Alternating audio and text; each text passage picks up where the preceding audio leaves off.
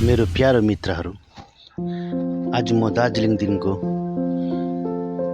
तल पुल बजार हुँदै बिजनबारीको ब्रिज हुँदै सिक्किम जोरथाङपट्टि जाँदैछु। साह्रै राम्रो बजार, सानो बरे चटक्क परेको बिजनबारीको बजार रहेछ यो।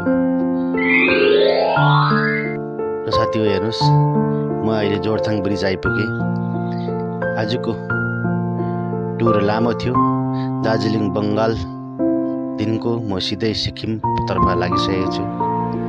यो ब्रिज निकै ठुलो छ, एकदमै रमाइलो, सुन्दर। र हामी केही अघि मात्र बङ्गालमा थियौँ भने अहिले सिक्किमपट्टि प्रवेश गरिसकेका छौँ। यो ब्रिज काट्नु निकै हम्बे गरेपछि हाम्रो वर्तमान सरकारको फोटो पनि अगाडि छ, गोले साहब, सिक्किमको मुख्यमन्त्री। सिधै जोरथाङ बजार आइपुग्यौँ हामी। जोरथाङ बजारपट्टि पार्किङको गाडीको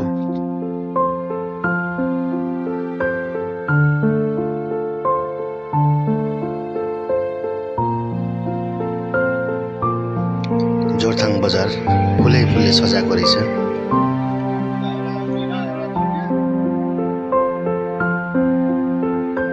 बजार एकदमै सफा, क्लिनिक वरिपरि बस्ने, घुम्ने, आउने जानेहरूलाई सुविधा राम्रो रहेछ।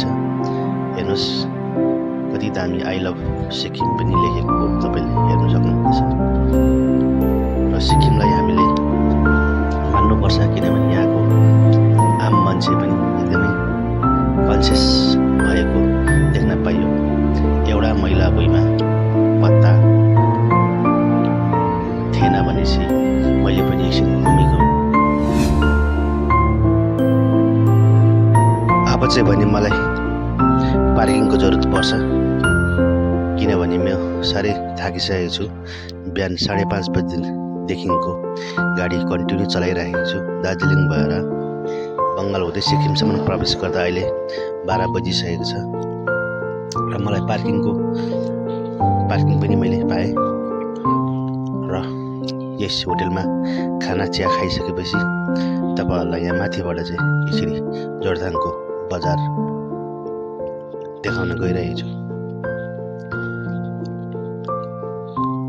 तपाईँहरूले मेरो भिडियो प्राय हेर्ने गर्नुभएको छ।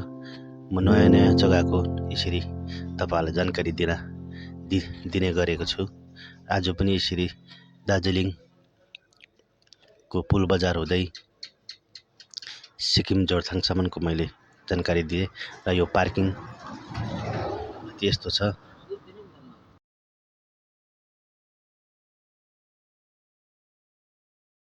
ल साथी हो, जोरथाङ बजारमा होलीको जोडतोडले तयारी चल्दैछ। भोलि पर्सि कन्टिन्यू होली हो र यहाँ होलीको शोभायात्रा पनि निकालेको देख्नुहुँदैछ।